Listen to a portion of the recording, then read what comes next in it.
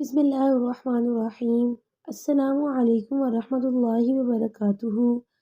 کیا آپ چاہتے ہیں کہ اللہ اپنے عرش پر آپ کا ذکر کریں؟ آپ تصور کریں کہ اس دنیا کا وہ انسان جو آپ کو بہت پسند ہو، جس کا اس دنیا میں بہت بڑا نام ہے، جس کے پاس بہت پاور ہو، جس کو بچہ بچہ پہچانتا ہو، جس سے آپ ملنے کی بہت خواہش رکھتے ہو، جس کے پاس بہت بڑا عہدہ ہو۔ اگر وہ انسان آپ کا ذکر کسی بہت بڑی محفل میں کرے اور بہت اچھے الفاظ میں کرے تو آپ کو کیسا لگے گا؟ اگر وہ آپ کا نام لے کر آپ کے بارے میں بات کرے تو آپ کیا محسوس کریں گے؟ آپ بہت عزت محسوس کریں گے، آپ بہت خاص محسوس کریں گے، آپ بہت خوش ہوں گے۔ آپ کو تو یقین ہی نہیں آئے گا کہ اس انسان نے واقعی آپ کا ذکر کیا۔ آپ کو تو یہ سوچ کر حیرانگی ہوگی کہ اتنے لوگوں میں بھی اس انسان کو یاد رہا ہے نا؟ ایسا ہی ہوگا نا؟ ابھی اپنے دل میں اپنے من پسند انسان کا سوچیں، پھر ویڈیو کو آگے تک دیکھیں۔ اب آپ یہ تصور کریں کہ آپ کو کیسا لگے گا اگر دو جہانوں کا رب، دو جہانوں کا بادشاہ، دو جہانوں کا مالک، دو جہانوں کا خالق آپ کا اپنے عرش پر تذکرہ کرے۔ سورۃ بقرہ کی آیت نمبر 152 ہے۔ بس تم مجھے یاد کرو، میں تمہیں یاد کروں گا۔ یہ آیت ہم سب کی نظروں سے کتنی مرتبہ گزری ہے۔ شاید ہر روز ہی یہ آیت کسی نہ کسی ذریعے سے ہمارے سامنے آتی ہے کہ ہمیں یہ زبانی یاد ہے، لیکن کیا کبھی اس آیت کو محسوس کیا ہے؟ کوئی بھی آیت معمولی نہیں ہوتی۔ اگر کوئی بھی آیت بلا وجہ ہم تک نہیں بھیجی جاتی تو پھر ایسا کیا خاص ہے اس میں جو اللہ نے آج ہم سب کو یہ آیت پھر سے پڑھنے کی توفیق دی؟ یقیناً ایسا کچھ ہے جو ہم پہلے مس کر دیتے تھے، اس لیے اللہ تعالیٰ چاہتے ہیں کہ ہم اس آیت کو دوبارہ مل کر پڑھیں اور اس آیت کی گہرائی کا اندازہ لگا سکیں۔ انسان جس بڑے سے بڑے اعزاز کی توقع کر سکتا ہے، یہ آیت ہر اس اعزاز سے بڑا اعزاز ہے۔ ایک مسلمان کو اور کیا چاہیے کہ اس کا رب اس کا تذکرہ کرے۔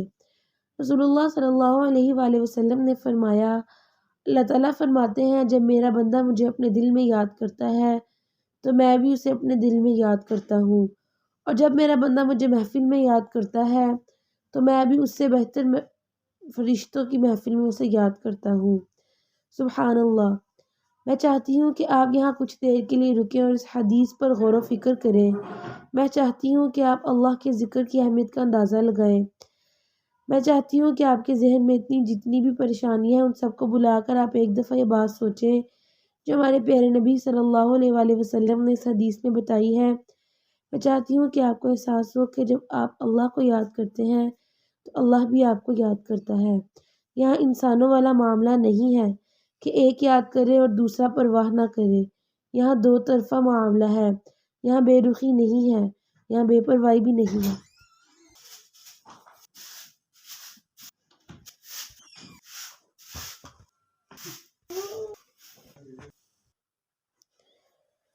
یہاں بے پرواہی نہیں ہے، یہاں بے قدری نہیں ہے۔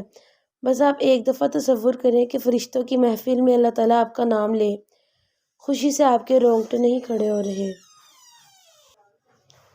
جوش سے آپ کی روح نہیں کپ کپا رہی۔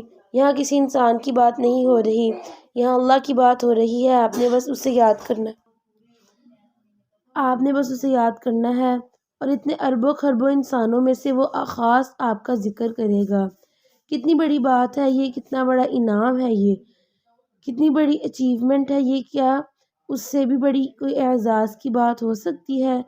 یہاں آپ اور میں اللہ کو یاد ہی تو کر رہے ہیں، تو سوچیں ہم سب کا ذکر اس عرش پہ ہو رہا ہوگا۔ ہم دنیا کی محفل میں اپنے رب کو یاد کر رہے ہیں اور ہمارا رب ہمیں اپنی فرشتوں کی محفل میں یاد کر رہا ہوگا۔ سبحان اللہ۔ ایک دفعہ رسول اللہ صلی اللہ علیہ وآلہ وسلم حضرت ابی رضی اللہ تعالیٰ عنہ کے پاس گئے اور رسول اللہ صلی اللہ علیہ وآلہ وسلم نے فرمایا کہ اللہ نے مجھے حکم دیا ہے کہ میں تمہارے سامنے قرأت کروں۔ یہ سن کر ابی رضی اللہ تعالیٰ عنہ نے کہا کہ اللہ نے آپ کے سامنے میرا نام لیا؟ رسول اللہ صلی اللہ علیہ وآلہ وسلم نے فرمایا کہ ہاں، اللہ نے میرے سامنے تمہارا نام لیا۔ یہ سن کر ابی رضی اللہ تعالی عنہ کچھ دیر کے لیے ساکت ہو گئے، جیسے انسان حیرانگی سے ہو جاتا ہے، اور پھر آپ رضی اللہ تعالی عنہ رونے لگے۔ یعنی حضرت ابی رضی اللہ تعالی عنہ کو یقین ہی نہیں آ رہا تھا کہ اللہ نے ان کا نام لیا ہے۔ پھر سوچیں کہ اللہ آپ کا نام لے، کیا کیفیت ہوگی آپ کی۔ ہمارا نام اللہ لے تو ہم تو خوشی کے مارے سانس لینا ہی بھول جائیں گے۔ اور قرآن میں دیکھیں کہ کتنے واضح ترین الفاظ میں اللہ تعالیٰ نے ہم سے فرما دیا ہے کہ تم مجھے یاد کرو، میں تمہیں یاد کروں گا۔ یعنی اب تو ہمیں پتہ ہے کہ اگر ہم اللہ کا نام لیں گے تو وہ بھی ہمارا نام لے گا۔ کتنی حیرت انگیز بات ہے یہ کہ وہ ہم جیسے گناہ گاروں کا ذکر بھی کرے، اور اتنے بڑے اعزاز کے لیے ہمیں کیا کرنا ہوگا؟ ہمیں صرف اللہ کا نام اپنی زبان سے لینا ہوگا۔ جتنی دفعہ ہم اسے پکاریں گے اتنی دفعہ وہ ہمیں یاد کرے گا۔ جیسے ہم ابھی یہاں اللہ کی بات کر رہے ہیں اور اللہ وہاں عرش پہ ہماری بات کر رہا ہوگا۔ سبحان اللہ، الحمدللہ۔ آپ اندازہ لگائیں کہ ذکر و اذکار اور تسبیحات اور اللہ کے بارے میں دوسروں سے گفتگو کرنا کتنا بڑا نیکی کا عمل ہے۔ رسول اللہ صلی اللہ علیہ وآلہ وسلم نے فرمایا کہ میں تمہارے سب سے بہتر اور تمہارے رب کے نزدیک سب سے پاکیزہ اور سب سے بلند درجے والے عمل کی تمہیں خبر نہ دوں؟ وہ عمل تمہارے لیے سونا چاندی خرچ کرنے سے بہتر ہے۔ وہ عمل تمہارے لیے اس سے بھی بہتر ہے کہ تم میدان جنگ میں اپنے دشمن سے ٹکراؤ، وہ تمہاری گردنیں کاٹے اور تم ان کی، یعنی تمہارے جہاد کرنے سے بھی افضل۔ لوگوں نے کہا، جی یا رسول اللہ صلی اللہ علیہ وآلہ وسلم، ضرور بتائیں۔ آپ صلی اللہ علیہ وآلہ وسلم نے فرمایا، وہ اللہ تعالیٰ کا ذکر ہے۔ ذکر عبادت کی سب سے آسان ترین شکل ہے۔ ذکر کرنے کے لیے آپ کو کیا کرنا ہے؟ نہ ہی آپ کو وضو کرنے کی ضرورت ہے، نہ ہی آپ کو دوپٹہ اوڑھنے کی ضرورت ہے، نہ ہی آپ کو قبلہ کی طرف منہ کرنے کی ضرورت ہے، نہ ہی آپ کو کھڑے ہونے کی ضرورت ہے۔ آپ چلتے پھرتے، اٹھتے بیٹھتے، کام کرتے ہوئے، فارغ بیٹھتے ہوئے، ہر حال میں ہر وقت اللہ کو یاد کر سکتے ہیں، اللہ کا ذکر کر سکتے ہیں۔ آپ کو ذکر کرنے کے لیے صرف دل کی ضرورت ہے، وہ دل جس میں اللہ تعالیٰ کی محبت ہو۔ تو پھر کیا چیز ہے جو آپ کو روک رہی ہے؟ کتنی آسان عبادت ہے یہ، اور اس کا اجر کتنا زیادہ ہے۔ اس کا اجر ہے جتنا اجر ہم تمام عمر نیکیاں کر کے بھی نہیں کما سکتے۔ اللہ اپنی محفل میں ہمارا نام لے، اس سے بڑا صلہ اور کیا ہو سکتا ہے؟ اس لیے کوشش کریں کہ ہر وقت اللہ کو یاد کرتے رہیں تاکہ وہ بھی آپ کو یاد کرتا رہے۔ اوروں سے اللہ کا ذکر کرتے رہا کریں تاکہ اللہ تعالیٰ فرشتوں میں ہمارا ذکر کرتے رہیں۔ ہر وقت اپنے دل کو اللہ کی یاد میں مگن رکھیں، کیونکہ اللہ کی یاد سے دلوں کو سکون ملتا ہے۔ اللہ کے ذکر سے دل صاف ہو جاتے ہیں۔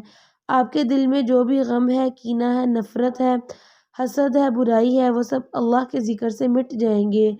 اب بس اس نیکی کا بدلہ دیکھیں۔ اللہ تعالیٰ آپ کو اور مجھے عمل کرنے کی توفیق عطا فرمائے۔ اور اگر آپ کو یہ ویڈیو اچھی لگے تو اس ویڈیو کو لائک